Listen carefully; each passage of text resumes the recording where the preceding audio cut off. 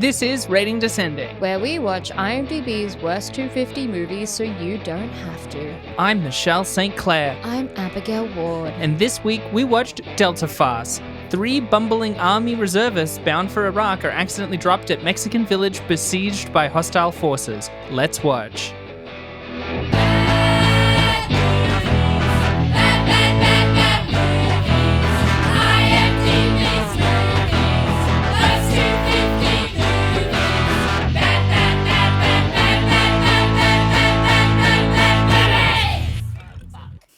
Wow. Have you watched White Lotus No, yet? I haven't. Oh, dude. It's really good. It'll fuck you up, though. I know it's like beat, like the theme song.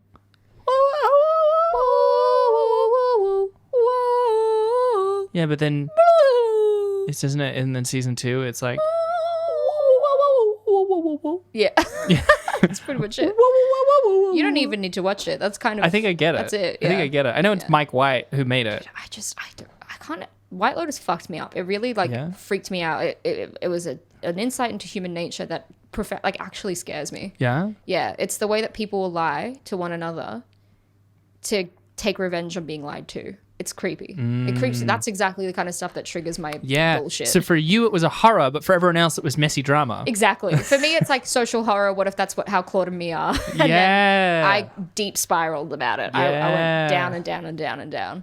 That's so really it was cool. good TV. It That's was actually really cool. good. It was the kind of TV that made me think about the themes around it for a long time and feel really uneasy about it. It was good. It was uncomfortable. It was like an uncomfortable watch for me. Yeah. Deeply uncomfortable because it's lies, conspiracies, and thoughts. Secrets. We sound like Alex Jones. Secrets. Lies. Conspiracies. Goblins. Goblins in the soil.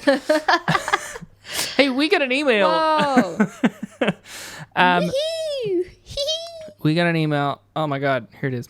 Hello, Rating Descenders.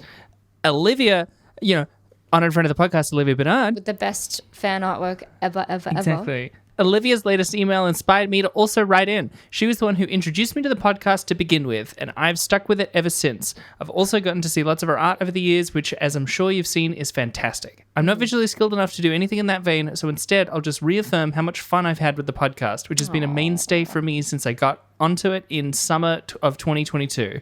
Oh, wow. That's after I was able to keep doing the advertising, so hell yeah. And wow, that you came in at a great time because that was really when I stopped being like Isn't that when we came depressed and back? coming off drugs. Wasn't 2022 when we had the little hiatus? Yeah. So yeah. that's when we were like, we have joy again. Woohoo! We're in it. We got through Spookums in April, which was a real we did tough Spookums time. in April, and then we completely fucking fell apart as human beings. But then a few months later, we were back, baby. Woohoo! And that string really was a great string of apps. Yeah. I worked retail doing basically nothing but building tables, so your consistent wit and energy made those months so much more bearable. Spent a solid 5 minutes in the Hungover Games episode cracking up at Abby's visceral reaction, or why did you ever doubt you had autism? Michelle's cackling is infectious. I won't be the person here who just lists out moments they remember from years worth of episodes ago. I mean, you're talking to 2 people who want to have a podcast. That's exactly what we want. And also we need the reminders of what shit we talked about a few weeks ago. Also honestly. true. So I'll just go with 2 you might enjoy. 1, I didn't know Raspberry Pi was a computing thing for months, so I assumed Michelle was trying to run her PlayStation through a goddamn pastry and was very impressed.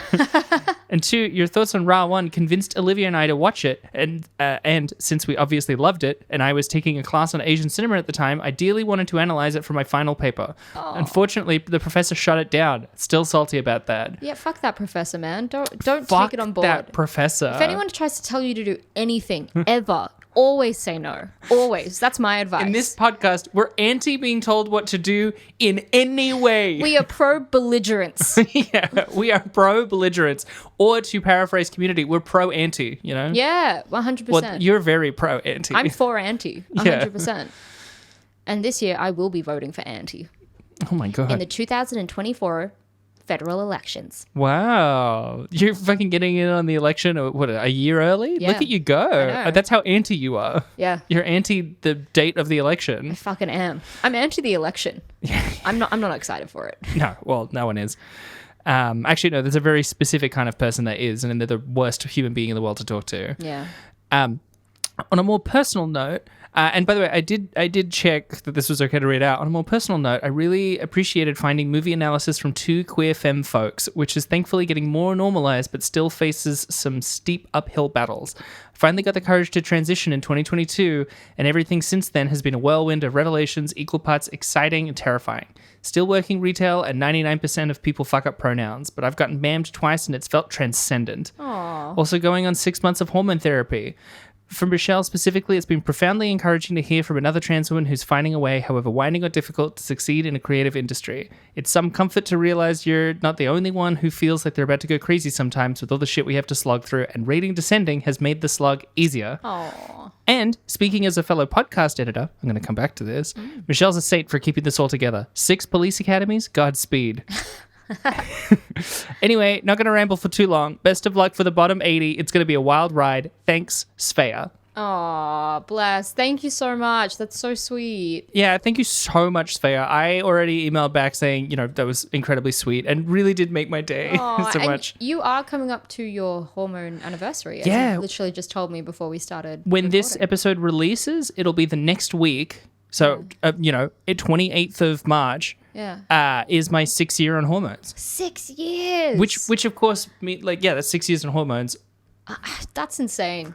How Yeah. quickly time doth go. I know, 6 years. It still feels like it wasn't that long ago. No, and I remember wild times for you when you began hormones, and I feel like the estrogen just made you chronically cry. Yeah. And there were mornings where I'd wake up and you'd be sitting on the end of my bed just crying. I remember because this one time I made you breakfast because I was making breakfast and just trying to be nice and stuff. Yeah. But then before I gave it to you, I burst into tears. Yeah. And you woke up and you're like, huh? Because you heard me crying. And I was like, I made you breakfast. And you're like, what? Back in the days when we lived together. Yeah. But that was it became a regular occurrence. It did. It wasn't a one-off. It was like a couple of times a week I'd wake up and you were just like, there was a lot of emotion. Yeah. And it feels impossibly big early in. And then you kind of just, I don't know. There's so much. Every time I meet someone else who's trans, but in particular someone who's early on hormones. And when I say early, I mean first 2 years. I'm 6 years in. That is still early. I know people who are 12 years in. I've had the fortune of meeting people who are 30 years in. 6 years is nothing comparatively. Yeah. But those first 2 years when everything is changing all at once, it's so stressful in ways that you have to just process. But it's also hey, the good thing is that time will heal this. It will just get easier eventually. Yeah. Which, by the way, I checked with Svea what the podcast that she edits is. It's a blog called Mythcreants, MYTHCREANTS, which does a lot of writing advice, mostly in the vein of sci-fi and fantasy, but not exclusively. Both Svea and Olivia has done a few articles for them. So shout out again to honored friend of the podcast, Olivia Bernard, and honored friend of the podcast now, Svea. And everyone should check out Mythcreants. Just to support more people who support this podcast. That's beautiful. Good plug. Hey, speaking of good plugs, you know what I wish I could plug up? Delta Farce. That's right. Yeah. What a weird segue. I know, but I also watched all the life leak out of your eyes as soon as I brought it up. Oh, that was just because of the segue. Oh, come on. What the fuck? No, I'm not too fussed with this one. I mean, it's not like it's making me particularly angry or disenchanted with life itself. I guess we should get it out of the way. I did think this was going to be space. And so, of course, when I turned it on and it was instead Larry the Cable Guy doing US military comedy, could not have been more disappointed. Yeah, and look, understood. Here's something for me. Overall impressions of this film, not great, but it actually had some performers that I like in it. Yeah. What's his name? DJ Quells. Yeah, DJ Quells, who I spent almost the entirety of the movie, the first half of the movie getting confused with John Hawkes. Who's John Hawkes? Saul from of course. from Deadwood. They look so similar. They do look similar, and we had him so recently that I was like, oh my God, there he is again. No, but DJ Quell is he was, notably for me, what I remember him from was he was that DEA agent in Breaking Bad. Yes. Badges on that seat. He's like, I want drugs, man. Come on. I'm not an agent. And it's this really great slow scene. Yeah. And then as soon as he gives him some meth, he's just like, DEA, get on the fucking ground. He does so good in that scene. He's really good. That specific balance of we are pretty sure that he is, but maybe not. But No, like I feel like you watch it and you're like, surely he's not, because he looks grubby and grimy, and like once you see him in a suit, you're almost like, but he can't be a DEA agent. He looks strange and like, you know, scraggly. Yeah. Scraggly little man. But that's what I mean, because there's also parts of him going like, no way, I'm not. Where I'm like, God, you're pretty insistent about this, huh? You know, it's great. He's really good in that. Yeah, and I liked he was kind of a runaway in this. I think he was my standout in this. So I think there was a lot of moments with him that redeemed this for me. But I've got to say, Larry the Cable Guy. Yeah. I have never really watched anything with him acting in it. Yeah. I've only all I really know him from is just playing Mater in Cars, like voicing Mater. Oh, that's all I know that he's like really in. Yeah, as well as of course Get Her Done. Well, Get Her Done, but that's not. I just haven't come into contact with a lot of Larry the Cable Guy stuff. Yeah. And yeah, what an underwhelming comedic presence. Easily the worst part of the movie. Truly. Maybe the least amount of screen presence I've ever seen someone have. 100%. Bill Engvall, conversely, that guy's got riz. He does. He's got charm. He's got riz, and I liked his character in this. I liked how he and his wife improved their relationship over the film. At the beginning, he's like, I hate my wife. I want to do a murder-suicide. And then at the end, he's like, I love that woman. You know, at least it wasn't the guy just hates his wife and that's the joke kind of storyline. It was him and his wife reconciling and ending up happy together. I mean, there was a whole joke where even the gang agrees that he's got a real bitch wife towards the end. But still, like, I was more pro being Engvall than Larry the Cable Guy. 100%. Larry was worst bit of the film. Yeah, absolutely. DJ Qualls, best bit of the film. Get her done, more like get her out. That's right. You know DJ Qualls is gay. I did know that. Queer man. Yeah. I was reading about how he came out in like 2020 or 2022 or something. Yeah. And, you know, but he'd like referenced it before. I think the specific thing he'd said, he was tired of being worried about how it would impact his career. Yeah. Which is like heartbreaking. It's the same sentiment that, oh God, what's his name? The Richard Armitage has expressed. Yes. Because he obviously only officially came out recently. But he was like, he was terrified of it impacting his career and his movie roles and how he would be cast and how it would be perceived. And it's that fucking annoying thing where we go like, oh, we've solved it, and like, hey, there's queer characters allowed and things, whatever, but often not played by queer actors. Queer actors get punished more so than queer characters do. Yeah. I think I had a dream the other night that I was in a relationship with a woman and I had to hide it from my family. Well, that was because you would be cheating. Well, in this world, I was not married to a man. Sure. I just had a girlfriend and I felt like I had to hide her from my family again. Like I was 16 all over again. Yeah. It was a bad feeling in the dream. It's a bad feeling. It's like that shame feeling, you know, of like everyone thinks this is dirty and wrong. Yeah. It's awful. Yeah. It's awful. This is why I constantly talk about the idea of like, the concept of privilege is really like, how do you live your day every day? Like, what obstacles do you overcome every day? And right now, I am married to a man and we walk around and hold hands and I never feel that sense of shame or fear of what people will think. And that's what people mean by the privilege. It's like not having to give it a second thought. Whereas when I've dated women, there's a lot of fear of shame and judgment and it's something that can either be like very conscious in someone or subconscious. And so again, when people are like, do you identify as part of the queer community? I'm like, technically yes, but also I'm not experiencing it right now, like what part of the queer community often suffers. Yeah, but you also don't have just the, you know, because there's we've talked before about how like there's the kind of queer person who I would argue, yeah, they're gay, but they're not queer because they don't, not just like don't live it, as you're saying, but also like have no intent, almost like reject queerness and reject the community and all of that. And I'm like, that for me is where it's like you're choosing to extricate yourself because you're unable to get over your internalized shame. That's very different than like in my day-to-day, I don't encounter a huge amount of transphobia or anything because most of my friends are gay. Most of the people I work with are gay or trans positive and stuff. That doesn't make me less trans. I mean, you live in inner North Melbourne as well. We're in a very safe bubble, I would say. But when you've been walking around with partners that are girls, have you ever worried about what people will think if you hold their hand or kiss them? Yeah. That's what I'm talking about. Yeah. I don't live with that worry at all. I don't have to have that little thought in the back of my mind of what will that person think when they walk by and look at me or look at me do this. And like, as you say, like you're not getting any particular like transphobic hate on the street, but I'm sure there's this little part of your mind that thinks like, are they trying to, like, are they judging me? Are they looking at me? I still worry about it when I go elsewhere. That's what I mean. I know that's not anything that's directly happening to you, but it's an emotional burden. Hey, that I don't have to carry. all I'm trying to say is, whilst that's true, you're still queer, baby.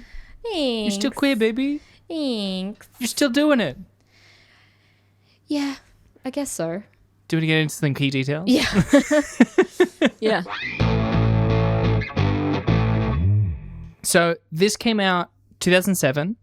The director was C.B. Harding. This is the first thing that they directed. They mostly have directed stuff to do with... So an important bit of pretext is, have you ever heard of the Blue Collar Comedy Tour? No. So that is a comedy troupe featuring Jeff Foxworthy, Bill, he's the you might be a redneck. If you blah blah blah blah blah, you might be a redneck. That's Jeff Foxworthy. I don't think I know who that is. He for a while would have been the only like Southern comedian who's probably more famous than Larry the Cable Guy. Yeah. Is he also like conservative or a libertarian?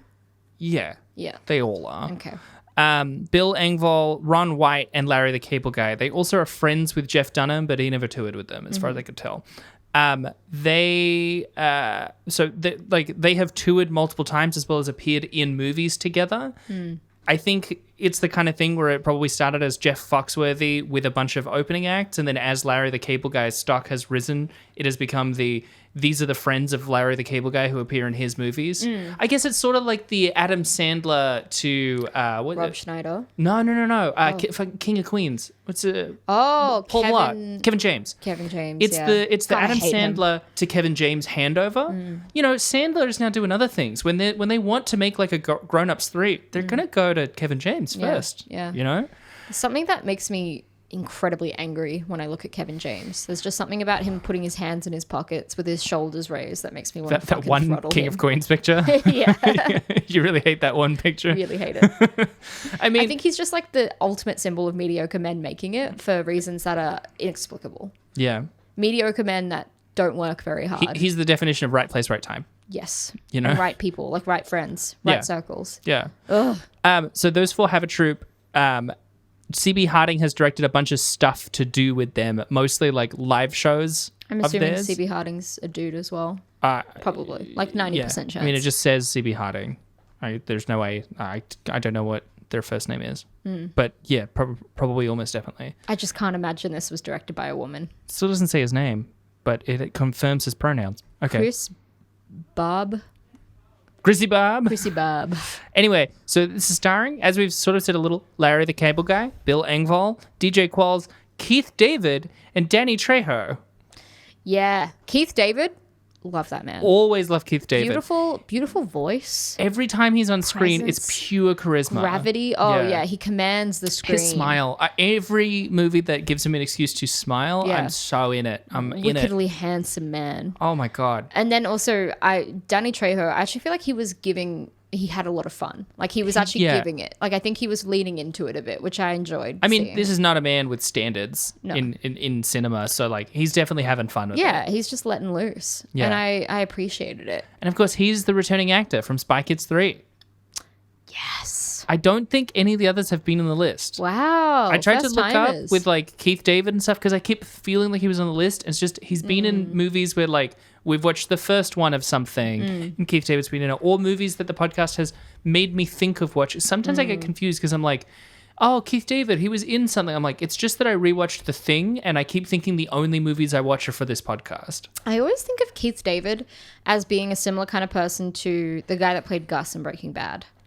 Can't remember his name. Oh, Giancarlo Esposito. It's just because they've played very uptight, like manicured, clean men that are like very particular about things, and I always like hold them in the same.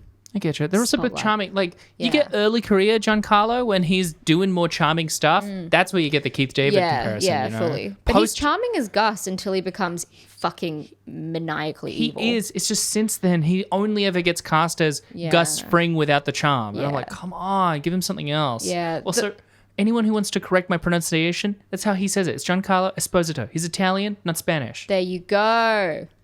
Get wrecked. That's how he says it. Anyone who hypothetically was going to come for us. Get wrecked, haters. even think Gonna about it. correct my correct pronunciation of Giancarlo luck. Esposito's name? Not in this house. No way. Nor in your Jose. house. Sorry, Joe's. Because it's Italian. Well, he said it was Joe's. Because he said it was Joe's. Yes. this guy I met on the street. Yeah. This one guy, he was like, yeah, my name's Joe's. Joe's, yeah. And he was actually just talking about himself in plural. This is Joe's. What, he's got DID? Yeah. Dressing the numerous No, he's just Joes. talking about like his jacket. This is Joe's. The budget. Yeah. I couldn't find the budget for this. Yeah. Oh, very hard. But I did find a source that said his previous film was $4 million at Larry the Cable Guy Health Inspector. And the next one, I can't remember the name of, was $7.5 million. So I'm going to assume that this was somewhere in between. So this was 2007, right? 2007. And what year was that film with Larry the Cable Guy prior? I think it would have been Health a Inspector few years prior. Because it seems like Larry the Cable Guy really had a boom around this time, right? Oh, yeah. Like 2006 was his era.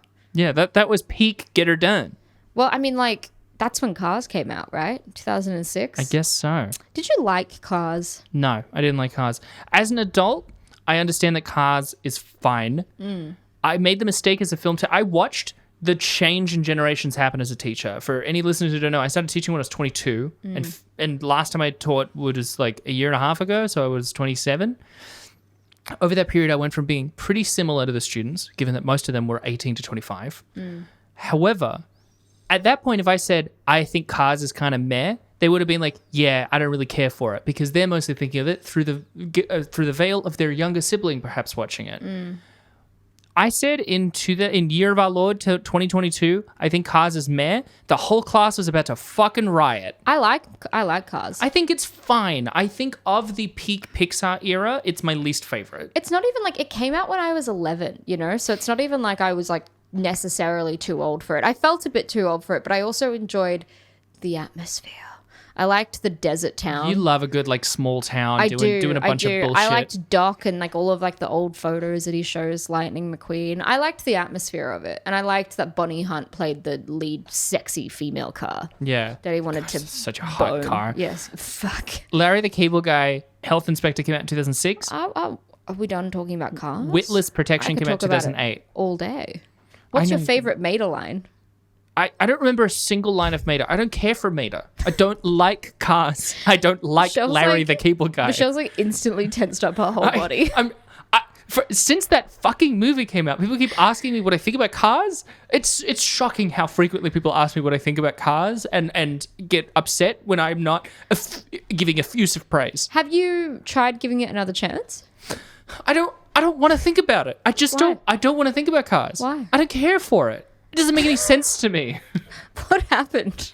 Did something really terrible in your life happen? Did you like watch your mother get shot in the back of the head while Cars was on? There's so many other movies out there, and we have to keep going through Cars over and over again. When I was trying to talk about buying a house, you kept bringing up We Bought a Zoo. Yeah. You know? What a hilarious bad movie. What a hilarious, great movie. You bought a house. Cars. It's not. It isn't, though. It's mediocrity saying, it is manifest. incredibly hypocritical of you to come for me talking about Cars when you couldn't stop talking about We Bought a Zoo. That's not the same at all. We Bought a Zoo. We like bad movies. That's what we do, all right? We Bought a Zoo is exactly the kind of bullshit that you and I like. To you, because we're Cars slut is goblins. a bad movie. No, it's nothing.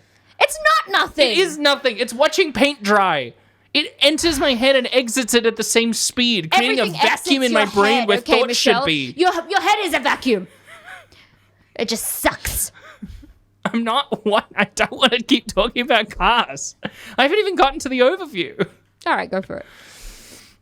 What I was going to say, by the way, with the box office, Yeah. the budget is between 4 to 7 million. The box office was 8.7 million, but I did find DVD sales $24.6 million. What the fuck? I think every streaming service that decides to not do physical media is doing everyone involved a disservice. This movie made almost $25 million in DVD sales. What the fuck? Because people love Larry the Cable Guy and they wanted to own Delta Farce on DVD. They're of the generation that would want to own it on DVD. Hey, I'm of the generation who wants to own it on DVD. That's right? just the tism, Michelle. You can't keep just using that for everything, okay? But it does cover a lot, doesn't it? It does. There's a lot about you that tends to be explained by I didn't say that you were wrong. I said that you shouldn't do that. One could also theorize that your absolute anger towards Cars That's not could be the tism. That's not the same. You can't do that. This is ableism. Oh, yeah. I've turned it around. I love being able. Cut that out. Cut that out. Shut up. I'm surprised your ADHD brain can remember Cars. Here's the overview. Okay. This is all said with love. When 3... Let's bring it down. Let's bring it down a moment. Hey, I'm sorry. Thank you. Where's my apology? When 3 U.S. Army Reserve members... Where's my apology? When 3... Where is it? You're not getting through this overview without an apology. When 3... Give it to me. Let me just Give turn it to Abby's mic down. Give it to keep me. screaming. Give it to me. Stop it. No, you're gone, Abby. You're gone. No. Give it to me. All right, Give you're me back. my You're apology. back. Give You're it to me. back. Just say, I'm sorry, Abby. I'm sorry, Abby. I feel like you're about to pull a lever and I'm about to fall through the floor. I'm sorry for what I'm about to do, Abby. Chunk. Well, I guess technically you apologize, so I have to move on. When 3 U.S. Army Reserve members, Larry, Bill, just hate and fighting. Everett... Oh, my God. I just hate fighting with you. It's hard. For someone who hates fighting, you like starting them. I hate fighting, but I love stirring the pot. I didn't think that Delta Farce would be the end of our friendship for this reason. Yeah, well, it all started with cars. It all started with cars. I did expect it to be cars related. Do you remember one time I made like an event on Facebook for like my birthday or Lauren's birthday, I think, and then the event description was just the entire script of Cars 2? I do remember that. Yeah, I thought it was funny. You know, when I thought cars would come between our friendship, I thought it was because I was going to fucking run you over. And if you Yeah. love cars so much, I'll do it. All right. Okay. Okay. And then I get a for DVD it. of Cars and I just mush it on you. And I'm like, here you go. It's a present. For peace. When 3 U.S. Army Reserve members, I have to get through the overview. I just feel bad, you know? Larry, when we fight, Bill, and I Everett. feel like it ruins my mood for the rest of the day because I'm just Are like, called I feel into- bad, you feel bad, and it takes it out of me. It's like emotionally draining to fight. You know what I mean? You know, I've been talking recently with some people about how on the podcast, some of the bits where we make each other upset, we later say to each other, that was my favorite bit. Yeah. Because we do think it's funny. It's not your favorite bit right now. No, not right now. Well, it will be in an hour. You know, the thing that I feel like when we are fighting as well, what gets to me as well is that we become our worst selves. Yeah. And I really think it just comes down to communication. And like you need to be more clear that you don't want to talk about cars. Like Oh, yelling sure. it was not enough. I don't want to talk about cars. Yeah, see? Is that clearer? Well, now I'm feeling that better? defensive again, but that's me, you know? That And is I've you. got to lower that You're defense. right. No, you're right, and Abby. say, It is your fault. Well, I wouldn't go that far. No, you Okay, would. I'm just trying to. I'm would literally is the just trying difference. to get through this fight so we can feel okay. And you're making it an issue again. Are you All right, serious? there's the edit in point. Are you fucking It's serious? weird. It's been 3 minutes of recording, so Spaya sent an email in. Look, let's just put it to bed.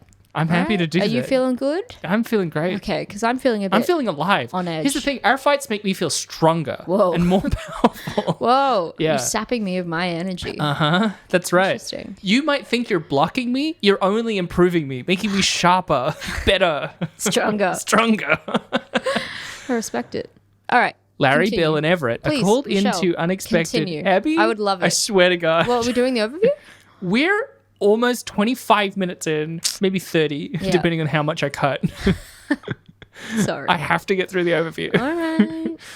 I can't. Delta Fast can't be an hour long. Okay. Yeah. No, you said. Yeah. Let's go.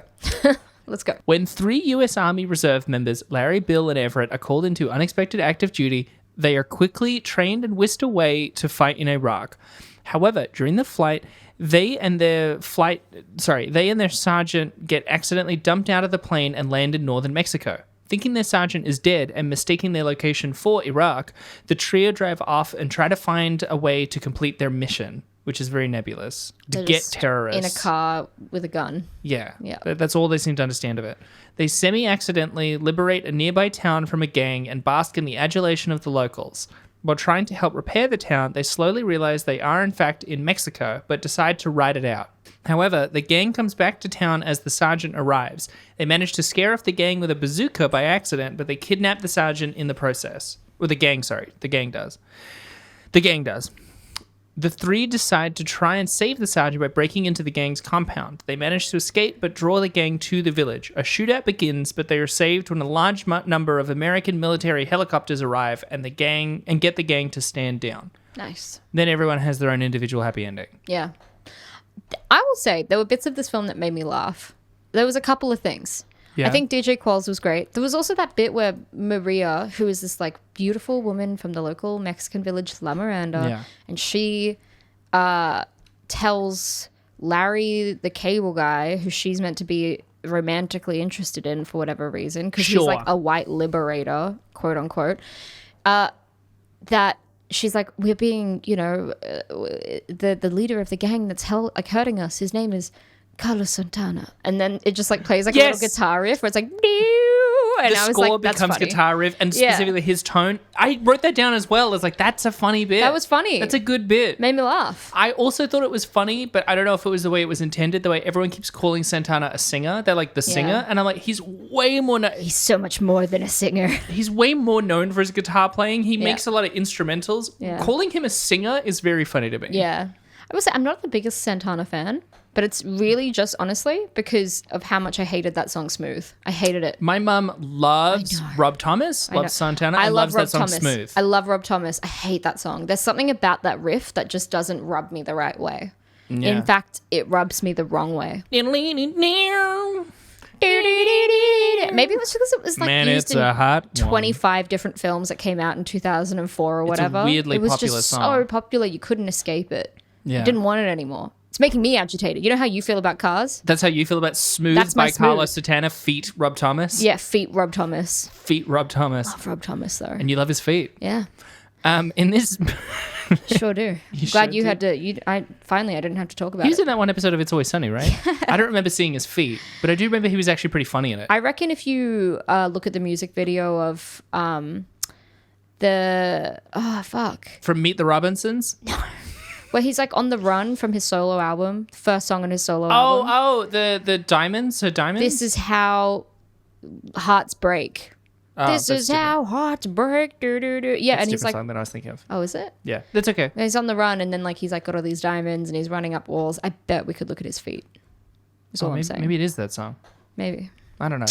Let's have a look. I remember who wrote that song, Her Diamonds, or something, which was about his wife's autoimmune disease. Oh. And my sister, their greatest hits / EP, Exile on Main Street, which was a greatest hits album, but also a 5-song EP attached to it. Yeah. My sister loved that. She was obsessed with Rob Thomas. Taste. She would play it in the car over and over again. Yeah. To the point where really every time we got in the car, we knew that that's what we were listening to. I really loved Lonely. Like, I don't want to be lonely no more. That's a good one. I don't want to have to favor this. When I was a little kid, before I had my mop haircut, I had a sort of surfy cut that was almost identical to the haircut that Rob Thomas had early in his career, in particular in Matchbox 20? In Matchbox 20, and in particular in the music video for the song Crazy. Nice. Yeah. What about in the song Unwell? I'm not crazy, I'm just a little unwell. I think know. that's the song I was thinking of. Okay, there you go. Yeah. So you don't really know Matchbox 20 that well. Well, Kinda I like a just fake don't know the fan. names of the songs Big fan. as well. Name 4 more songs. What's the one that's in Barbie? I don't know. Oh, yeah. Yeah, you do. Yeah. Oh my God. Push. Push. Yeah, I wanna push you the song that is around. perfect I thematically. will. I'd like, because it's a song written like about domestic abuse, and people are like, wait, are you doing the abuse? And he's like, no, I'm receiving it. And they're like, wait, so are you talking about it from their perspective? And he's like, no, it's about like, if I was in that position, I just want to be able to like get back at you and stuff. And it's like, that's exactly what Ken is doing. Yeah. It's fucking perfect. Yeah. As well as being annoying guitar guy song. I can't think of a possibly better pick. And that scene in Barbie is so good. It's really great. It is a perfect song choice. This is a really minor note. There's a point where they're about to go to training and stuff, and Keith David arrives, and then Everett arrives, and then he's like, oh, hey, Sarge, want a Slim Jim? And then he pulls out the longest stick of meat I've ever seen in my life. Can you or any American listeners confirm, is a Slim Jim really that long? Yeah, please tell us, because we only have like little twiggy sticks here. Well, we got the little twiggy sticks, and then there's like the little pepperoni bigger sticks. Yeah, that well, you can some get that are in a twiggy plastic sticks packet. aren't cut, and they can be longer That's true. as well. But they're not that long. Well, honestly, they're probably like, I would say 6 inches long. Yeah, but that was, you know...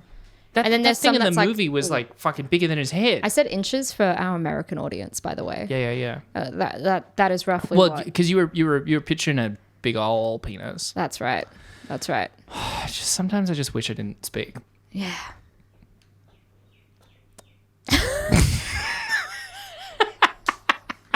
He did say "get her done" in this movie. There was the point. Did you notice? So when they're in Mexico, they're roaming around. Which, oh my god, I was spending the whole movie going like, this is an international incident, right? Like, this is a bunch of guys in the army roaming around Mexico in an assault vehicle with guns. This is a horrid thing that's happening. Yeah. But they run into the Mexican guy, his son, and the donkey, and that the Mexican guy is the guy who's in everything. He's in Arrested Development. He's in The Shield. Is he? He's Who's in an he episode of The Shield. He's in one episode of The Shield. Oh my god! I specifically looked it up. Don't start me on The Shield, Michelle. That's a rabbit hole. The Shield. We've fallen down it is before. Bayodello in one episode. Which episode?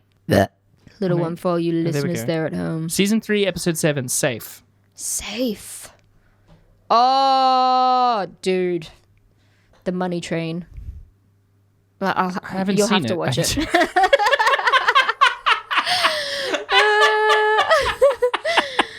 Yeah, okay. Yeah, you're right. He's always the Mexican guy. Like, it's just like he's that actor on retainer for a lot of American productions. Especially in this era, in the 2000s. I feel it so much, by the way. One of my big shocks about this movie, it is less racist than I thought it was going to be. Yeah. Like, I really thought when I realized what it was, that it was going to be significantly more racist. Could have been more racist. The thing is, like, I don't have an issue with this film too much because all three of the characters, the joke is that they're stupid. Like, they're just idiots together and, like, they're blundering around with the wrong idea about everything. So, therefore, like, anything that's potentially offensive, it's more making a joke of them rather than other people. It's not them laughing at stuff being like, that's so stupid. It's everyone laughing at them. Which is also the thing that I think is wild to me about why these comedians and this troupe of comedians are so popular. Because if I was Southern, I would fucking hate this. Because I would feel like I'm being stereotyped at, like, no one seems to more successfully stereotype rednecks as idiot hicks who are racist than these guys. Yeah, yeah. Like, why are they so fucking popular? But I think the thing is, like, the thing about their stereotype, at least, is that it's probably just based in like authenticity. It is what a lot of men in the deep south of America feel and relate to. And so, like, people probably loved Larry the Cable Guy because he was just genuinely, they related to him. You know? Yeah, but... Not him in this film. Yeah, but him in general. Like, I was like, what? Like, but this is always the character he plays, which is like a dumbass. But men love that. I think they like that it's basically self-deprecating. Hey, not to get ahead of myself, basically every single positive review went, don't think, stop thinking. That's a lot of reviews we see here, though. I know, but there's something, I guess, about Larry the Cable Guy that really brings out the please don't use your brain brigade. Yeah. The pro stop thinking people. Yeah. That's the one thing I'm not pro. 100%. I'm pro thinking. I'm anti stuff. Well, I'm for anti, as we've said. Yeah. So you're pro anti thinking. I'm pro anti, but I'm anti thinking. Right. So you're They're two separate concepts. But aren't you also anti thinking then? No. I'm pro anti. Then on top of that, I am anti thinking. Right. And then on top of that, I'm pro anti thinking. Does that make sense? I think you made it way more complicated than you needed to. I think we should move on. Okay. I don't know what it is about this episode. We're just yelling at each other. Friction in the air. Friction in the air. Yeah, we've got stuff to get out. I think the cars thing really blew up, and I'm sorry. Thank you. I don't think it was. It wasn't my best moment. And, Thank you. And I would like another apology from you as well. Yeah. I'm really glad that you want that. It's really just touching. anytime now. It's really Anytime. touching that that's what you want from me. Yeah, just for you to say I am crazy and should give cars another shot. I think this is all going to move on a lot smoother if we both just let go of certain things. And I'm willing to let go as soon as you apologize. Yeah. See, that's what I'm saying. I think the letting go might need to happen now. No, because for me, arguing is about feeling like I've won when someone apologizes. Let me do it. Let me do it. Me. La la la la la. New York is a city of jazz. All right, I'm ready. Okay. I'm sorry. Oh, that's okay, Michelle. I'm sorry. And she's twiddling her little thumbs and poking her little finger. I'm doing both at the same time. It's actually quite really difficult. It's quite difficult to do both at once. Okay, this film. All right, we need to Did you have anything to think about with this film? I stopped thinking in the a la Larry the Cable Guy, you know. Yeah. Look, it wasn't as bad as it should have been. I liked some of the lines and the performances, and I liked DJ Qualls and I liked Danny Trejo, so I was like, good stuff. And Keith David. There was the bit towards the end where, like, I feel like there were some good bits. They're like, all right, you know, they're about to storm the compound, and they're like, I got an idea, and immediately cut, and then Bill Engvall walks in dressed like a dopey tourist. He's like, hey, do you know the way to get to the thing? And I'm like, he does that really well. He sells the joke, and the speed of it is really funny. Yeah.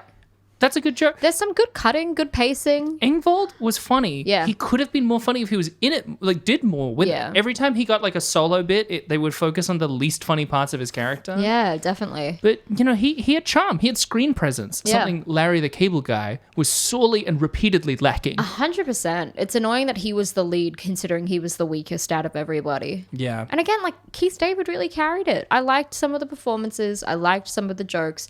Don't ask me what really happened in that film. I know you did the overview, but... I do think there's the bit where Keith David's been captured. There was a lot of weird homophobic jokes around Keith David that were confusing. And there were homophobic jokes because Danny Trejo's character, Carlos Santana, had a gay nephew or something. Because there was also the earlier bit where he goes for a ride with two guys, and then we later see him bust out of a cabin yelling at them, going like, I'm going to get you, you deviants, and then he rides off, but he's wearing like a red lace negligee and frilly underwear. But I'm like, he didn't chase the... Did they force him to put that on? I feel like the scene is played as if he put it on and then got angry at them. Right. Which is confusing. Interesting. And either play of it is a little homophobic. Yeah.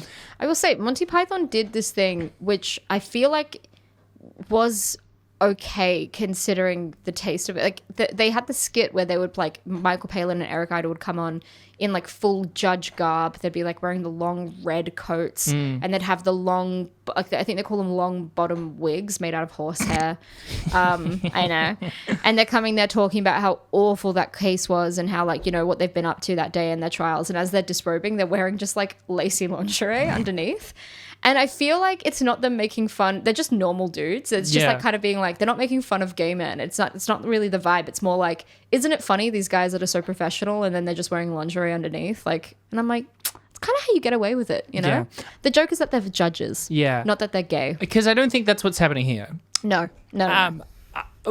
Yeah, whereas later when there's the nephew doing drag, and then it's like, the punishment, the way they're torturing him is making him sing a duet of which wasn't that funny, but specifically the bit where they start singing, what was the song? Babe, I Got You, Babe? Which Danny Trejo sings. No, not Danny Trejo. Yeah, I know. But that's the only one I can remember. Like, I'm pretty sure it's I Got You, Babe. Nice. And there's a bit where it's coming up to Keith David's part, and then the guy next to him with a gun cocks it and goes like, it's a duet. That was funny. Yeah. That was a funny bit. There were a few good lines. Yeah. Conversely, also, DJ Qualls is really selling it. There's this a runner, is that there's a cannon that he's trying to fix up. I don't think he ever does. I thought this scene was so interesting to me as well. Which one? The cannon when he's trying to fix it. Yeah, okay. Because he's looking down the barrel of this cannon. It's not working. And he puts his full arm in it to fix it. And then a gunshot goes off behind you. And for me, I was like, oh my God, you know, that they did that well. They make you think that the thing's going off while he's got his arm in it. Confused me. The scene begins and ends with his arm stuck in it. Yeah. It's a smooth tube. Mm-hmm. What is his arm stuck on? You've never been stuck in a smooth tube? No, it's a smooth tube. I can retract easily. Oh, tell that to the guy that died in the Nutty Putty Cave. Huh? What? Tell that to the guy who died in the Nutty Putty Cave. Have a stroke? What the fuck? There was a guy that went, spelunking through the Nutty Putty Cave system in America. He was going down this like long, straight-looking tunnel, but then his body just got wedged. Oh, and that's he died. but that's a narrowing tube. Yeah, not just a smooth. Well, how tube. do you know that a cannon doesn't necessarily narrow or taper? Because the ball needs to get out of it. What if there's more space at the end for it to fly out? DJ Qualls is the slimmest man I've ever seen in my life. His arm can get in it because it is a thin, gangly piece of bone. You try putting your arm in a cannon, all right? A much wider. And then you talk to DJ Qualls, okay? I don't blame DJ Qualls. I blame you Everett. haven't called the man that got stuck in the Nutty Putty Cave? Huh? I think, you know what? I think DJ Qualls could get out of the Nutty Putty Cave. Yeah, he would be fine. Yeah, he would be I wouldn't. Fine. Not with this ass, am I right? Not with them big natties. Yeah. Yeah. Here's the thing. You got big natties. I got smaller natties, but they're still natties nonetheless. They just Yeah. needed to be kickstarted. Yeah, that's right. That's right. You're catching up. Yeah, exactly. I've had years to have these natties. Some people get inbuilt generational wealth. I get inbuilt generational I'm kickstarted. You had to GoFundMe to get I had these to ones. GoFundMe, yeah. Hey, do you want to hear some trivia? Yeah, man. Yeah, bruh. So shortly before the barrack scene near the beginning, Keith David fell off a 7-foot railing outside the building while the actors were between shots, What the fuck? breaking 2 ribs and cracking 2 vertebrae. Holy shit. He went on to film the scene in great pain and then went to hospital afterward. What a professional. I know. What a man. And I'm sure they were like, Keith, are you okay? You should just go, dude. Like, fully just go. yeah, if there was someone on set being like, actually, that would be really handy if he stayed. It's like, fuck you. Let him go to the No, hospital. I think he turned and he was like, you think I want to come back to Delta Farce? Yeah. I'm going to use this excuse to cut and run. I'm finishing my day and then I'm taking a break. yeah. Jeff Foxworthy was originally set to star in the movie, but had to dropped out. This is not written well, but had to dropped out due his was written schedule by Larry the conflicts. Cable Guy. Jesus. It was just written by Larry. Jeff Foxworthy was originally set to star in the movie, but had to dropped out due his schedule conflicts with Are You Smarter Than a Fifth Grader 2007. Was he Get her like done. the host in it or something? He was the 5th grader.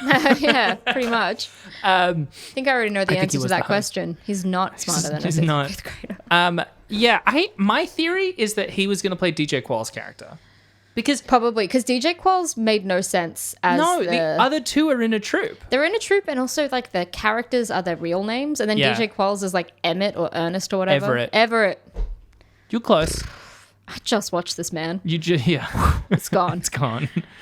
My mind is good at picking up on things that aren't important. Yeah, like Cars. Yeah. Well, actually, it's funny that I've stored so many pivotal memories from Cars for the last 18 years. We've talked because of more the about quality Cars than we have of about the Delta film. Farce. It's the only good thing Larry the Cable Guy's ever contributed. I don't disagree with you. In the interrogation scene with Sergeant Kilgore, Keith David, he talks about... this I read down because it was really funny. He talks about his service in the Vietnam War. This is a subtle nod to his role in the Vietnam War movie Platoon. Although the 2 roles are different, the connection was still made. A subtle nod, because isn't the Delta Farce poster also like... Isn't it... No, it's Full Metal Jacket. Yeah, not Platoon. it's Full Yeah. Metal Jacket. Yeah. Yeah. Man, I really thought it was going to be space, but I forgot Delta Force is like one of the spec ops things, like Yeah. the Rangers or the Yeah. Green Berets. This is what I was reading about this morning to try and understand this movie because I was like, what the fuck are they talking about? Delta sounds like space. I know. Sounds like It's space. okay, Michelle. Hey, it's all right. It sounds like space. I know. Honey, I know. Honey, I just wanted it to be in space. Imagine I if they know. were in space. I know. Hey, I know. Thanks. Space. I know. You've never hurt me more than you just saying space like that. I've never felt more patronizing.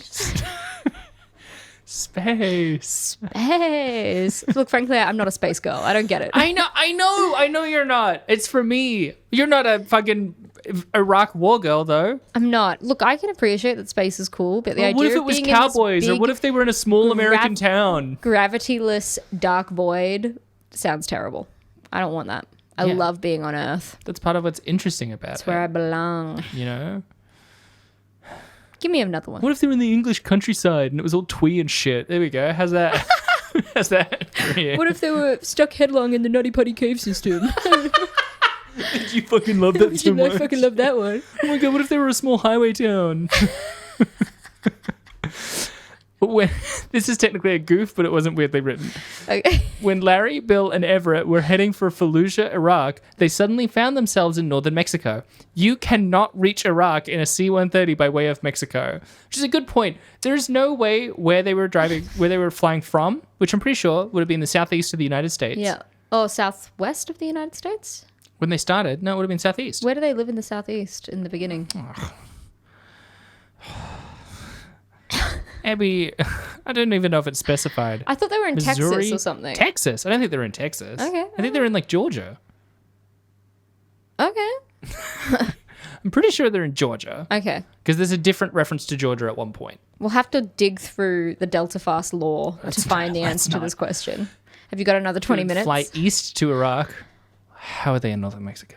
Unless they decided to go west for Even if whatever they the were in fuck reason. Texas, they would fly. Even if they fly east, there's a very narrow band of northern Mexico. The only way it could make sense is if they set off from like LA or Texas, and for some reason they went south and then headed out. You know? Yeah, which That's is the not the only flight way. path. No. Do you want to hear some reviews? Yes, I do.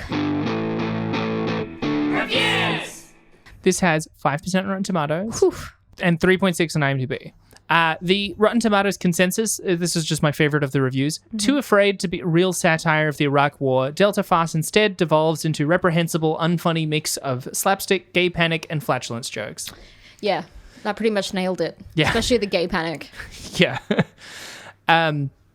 Here's an IMDb review. It was really hard sifting through it because a lot of them were just people going like, stop thinking, it's funny. I think it's really funny. Larry the Cable Guy, what a funny guy. And I'm like, there's nothing really entertaining in that other than that you think that guy's funny. Yeah.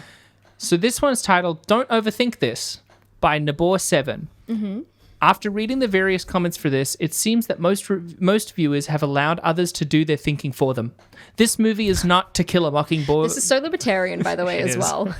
This movie is not To Kill a Mockingbird or The Sound of Music. It is a movie made by redneck comedians dedicated to our real fighting men and women. Oh, God. Anyone who has ever been in combat knows that humor is where you find it. What? And this movie has a lot of it. If you keep your mind open, this database is an amazing tool. We agree. This database is an amazing tool. Isn't it, Bus Baby? Yes. Yes.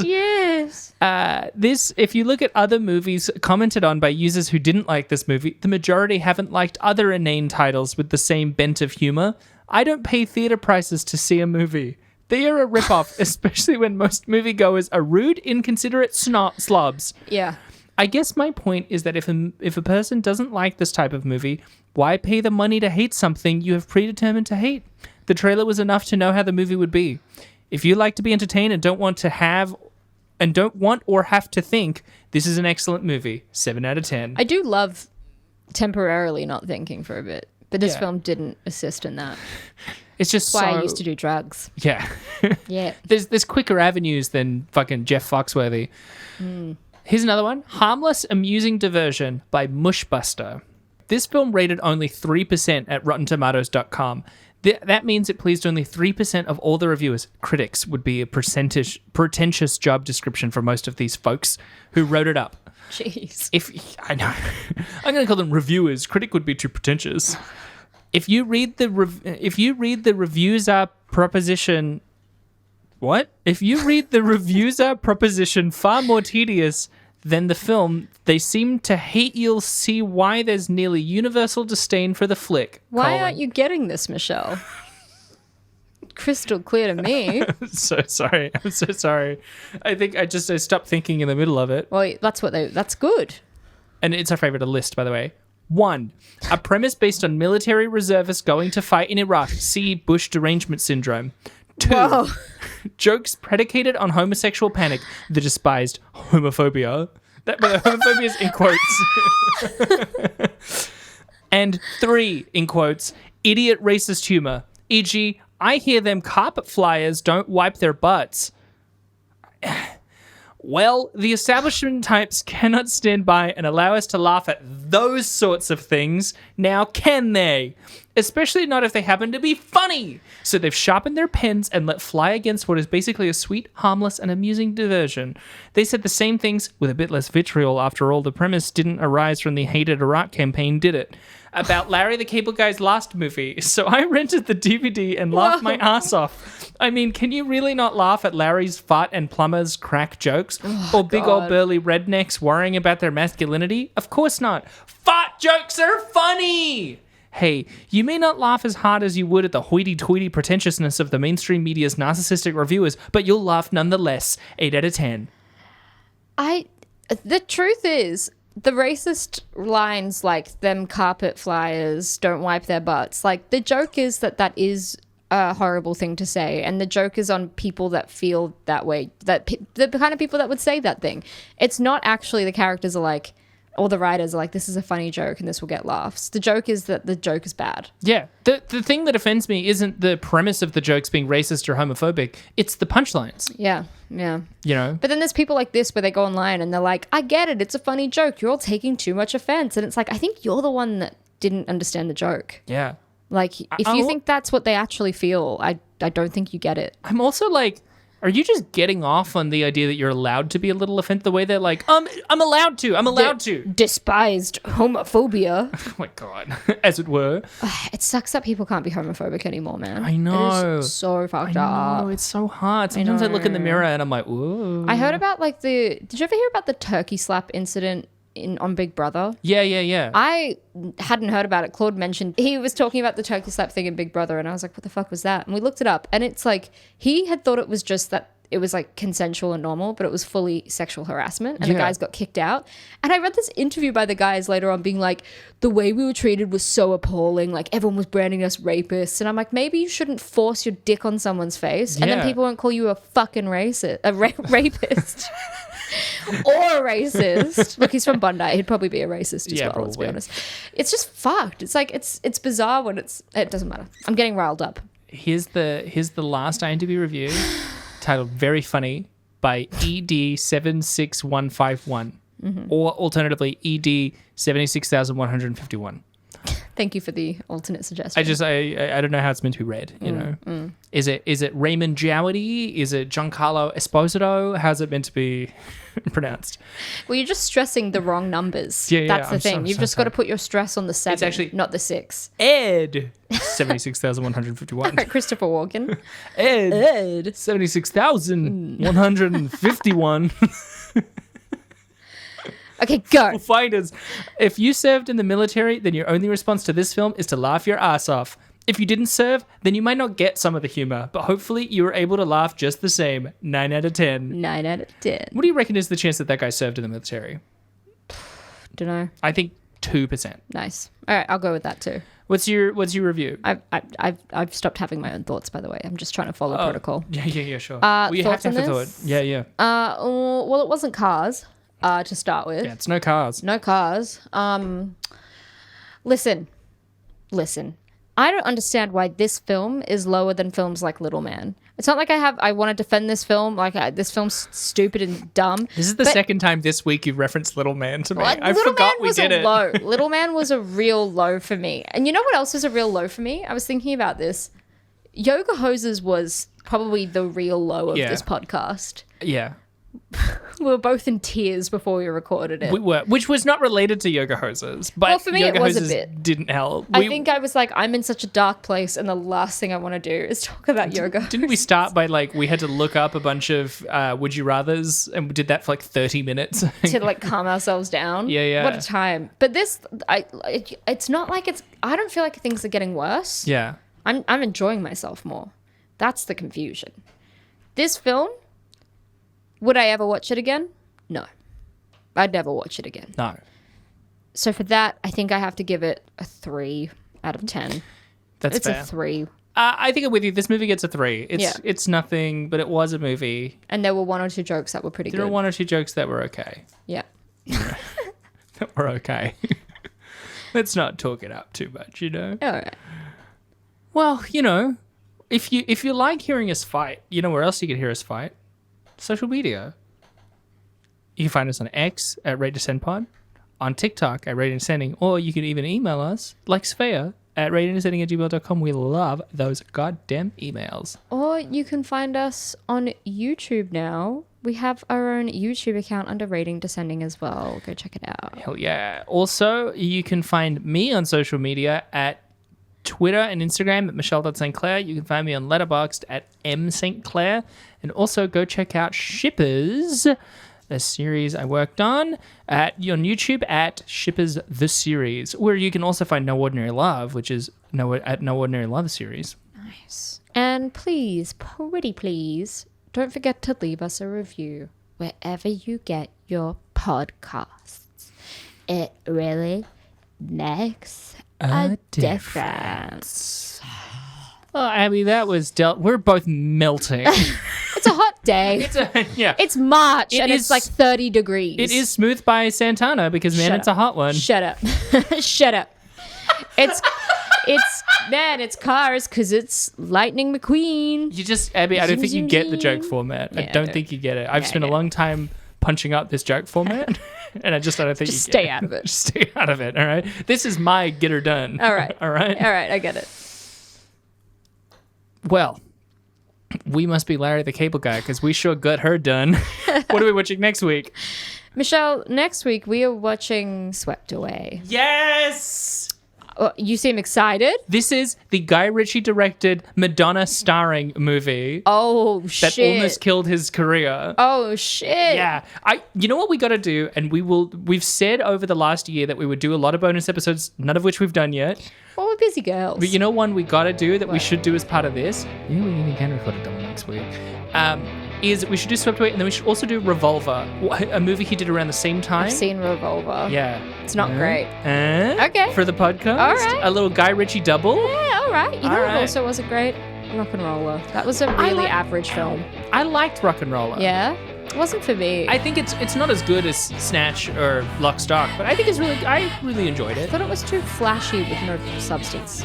Well, yeah, it's Guy Ritchie. Yeah. But sometimes he has substance.